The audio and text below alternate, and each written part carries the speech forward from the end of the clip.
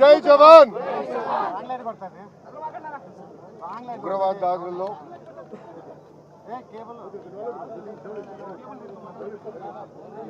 ఉగ్రవాదుల దాడిలో భారతీయులు చనిపోయిన విషయం యావత్ భారతదేశానికే కాదు ప్రపంచానికే తెలుసు.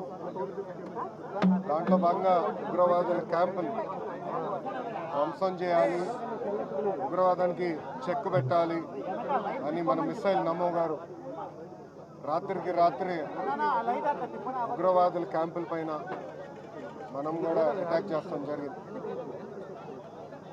దాంట్లో పాకిస్తాన్ కూడా ఏకంగా భారతదేశం పైన రాత్రికి రాత్రి మిసైళ్ళు కానివ్వండి, డ్రోన్లు పంపించి మన కీలకమైన ఇన్స్టలేషన్స్ పైన అటాక్ చేయాలని ఆలోచనలు ఉన్నప్పుడు మన జవాన్లు దేశానికి నిలబడి మేము నిలబడతాం, మేము పోరాడతాం, దేశాన్ని మేము కాపాడుతాం చెప్తాం జరిగింది.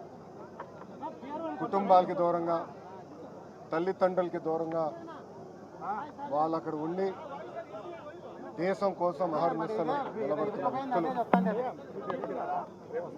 ఈరోజు జవాన్లు అక్కడ నిలబడారు కనుకనే, పోరాడుతున్నారు కనుకనే భారతీయులు ఆంధ్రలో మనం ఇక్కడ హాయిగా బతికే పరిస్థితి.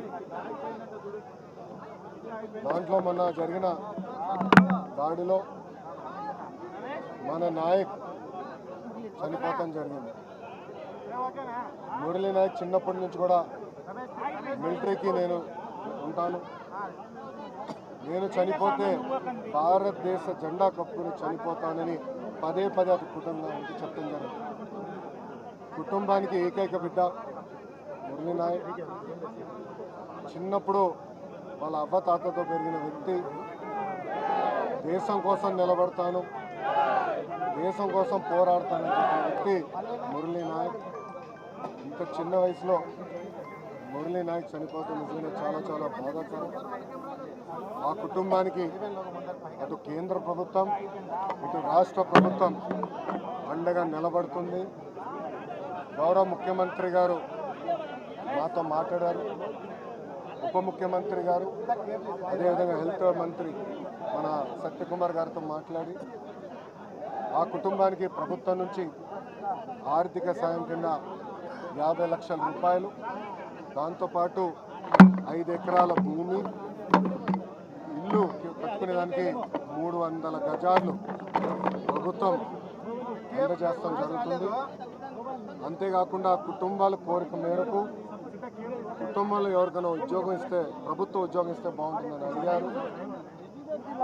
కుటుంబంలో అంటే బిడ్డలు ఎవరు లేరు, ఒకే బిడ్డ కనుక తండ్రికి ప్రభుత్వ ఉద్యోగం ఇవ్వాలనేది కూటమి ప్రభుత్వం నిర్ణయిస్తాం జరిగింది.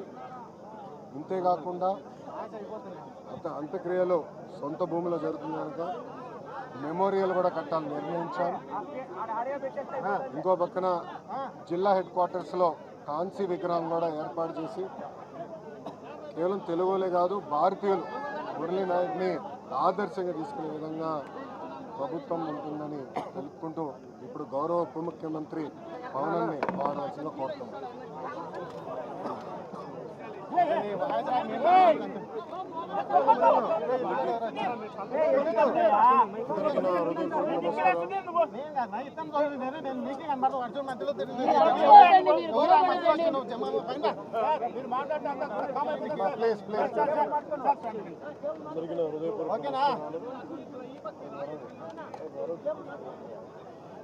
అందరికీ నా హృదయపూర్వక నమస్కారం. గత ఏప్రిల్ 22న 27 మంది అమాయకుల్ని పహల్గామ్లో ఉగ్రవాదులు, పాకిస్తాన్ ప్రేరేపిత ఉగ్రవాదులు ఎంత ఘాతుకం చేశారో మనందరికీ తెలుసు. దాని పర్యవసానం భారతదేశం పాకిస్తాన్కి అండగా ఉన్న ఈ టెర్రరిస్ట్ క్యాంపుల మీద దాడులు చేయడం, స్ట్రైక్స్ చేయడం జరిగింది. వారి ఉగ్రవాద శిబిరాలని ధ్వంసం చేయడం జరిగింది. దానికి కంటిన్యూటీగా యాక్షన్ పాకిస్తాన్ కూడా మనకి కాల్పులు జరపడం, వీటి సరిహద్దుల్లో ముఖ్యంగా 5 రాష్ట్రాల్లో